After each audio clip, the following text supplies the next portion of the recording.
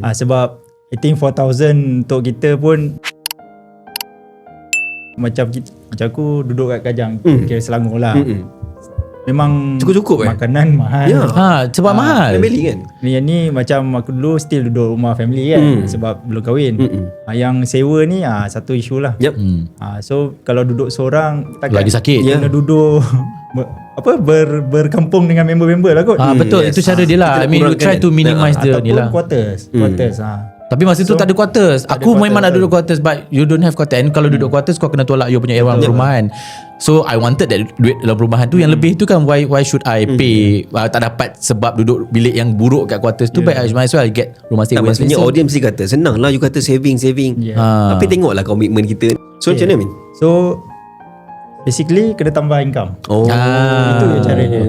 So income dua cara je lah. Satu, kena reducekan perbelanjaan. Satu, increase lah. Tambah lah external. So either one. Macam aku sendiri, ada orang ada style planner ni, dia suka kat perut. Contoh kau eliminatekan utilities apa, contoh dia tak penting. Tolak Unify, terminate, kau pakai je lah. Lah pakai apa? Asap je lah. Tether je lah.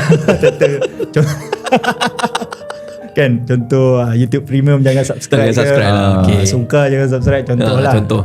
Tapi pada aku, kalau orang yang dah dia tak boleh nak downgrade dia punya lifestyle, no other ways lah, dia memang kena tambah increase lah. Itu je.